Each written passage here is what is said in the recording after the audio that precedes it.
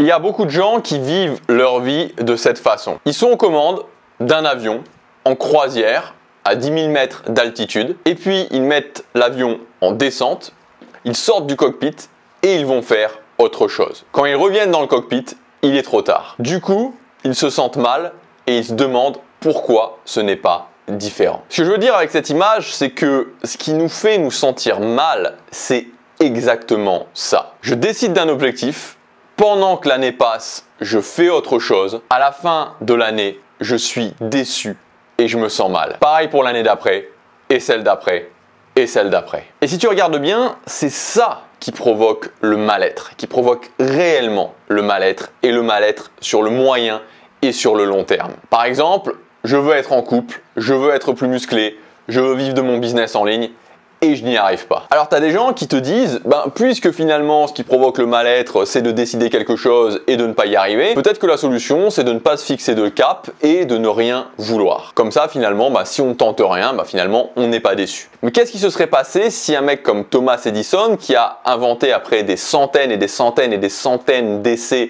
l'ampoule à incandescence, s'était dit pendant ce processus, j'y arrive pas, non, j'y arrive vraiment pas.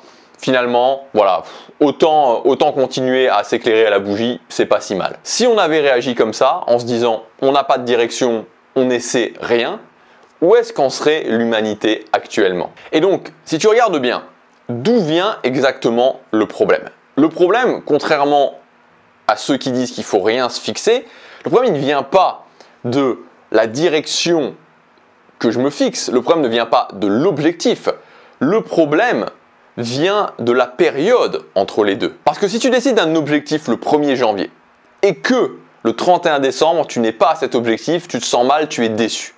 La réalité, c'est que entre les deux, il y a eu 365 jours. 365 jours que tu as vécu. Tu t'es pas téléporté du 1er janvier au 31 décembre, tu n'as pas voyagé dans le temps. Et qu'est-ce qui se passe alors? Ce qui se passe, c'est que très souvent, on est en mode oubli. Et c'est ça, c'est ce mode oubli qui est néfaste. C'est ce mode oubli qui est un véritable poison. On croit que c'est bien, mais en fait, c'est quelque chose qui nous emmène droit dans le mur. Et moi, ce que je t'invite à faire, c'est au lieu de passer en mode oubli, c'est de passer en mode confrontation. Par exemple, au quotidien, rappelle-toi de ce que tu dois faire, rappelle-toi de ce que sont tes objectifs, rappelle-toi de pourquoi tu veux tes objectifs et rappelle-toi de ce qui va se passer de négatif dans ta vie si tu ne le fais pas, si tu n'agis pas sur le court, sur le moyen et sur le long terme. Alors certains vont dire ça me fait me sentir mal ou ça va me faire me sentir mal. Moi ma réponse c'est bien sûr que ça va te faire te sentir mal, mais il vaut mieux que tu te sentes mal quand l'avion est en train de tomber et que tu peux encore changer les choses plutôt que d'être ailleurs et de penser que tout va bien alors que l'avion est en train de tomber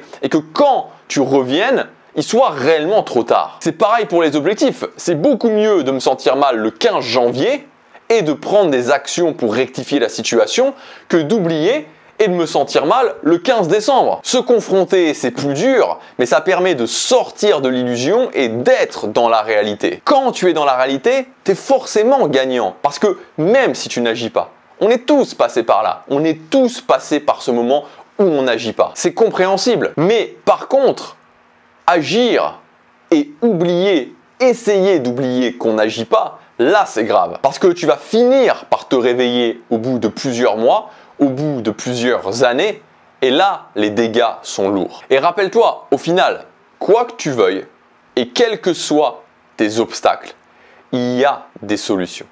Il y a des solutions. On a notamment parlé toute cette semaine de la procrastination. Si aujourd'hui tu procrastines, il y a des solutions. Tu peux sortir de cette procrastination. Voilà ce que je voulais dire dans cette vidéo. On termine cette semaine sur la procrastination, sur le fait de prendre conscience que la procrastination nous emmène dans le mur et qu'on peut changer, qu'il y a des solutions par rapport à cette procrastination. Si tu veux commencer à agir dès maintenant, tu as ma formation qui s'appelle Vaincre la procrastination. Tu as un coupon de réduction de 120 € jusque ce soir à 23h59. C'est le premier lien dans la description pour accéder à ce coupon de réduction. Tu cliques sur le lien et tu pourras rentrer ton adresse email et le coupon arrivera directement sur ton adresse email. Et si tu veux avoir accès non pas à une seule formation mais à toutes mes formations, ça fait plus de 100 formations, tu peux prendre ton accès au pass illimité. C'est un abonnement sans engagement. Tu as tous les détails dans le premier lien dans la description. Je te dis à demain pour la prochaine vidéo. passe à l'action chaque jour compte.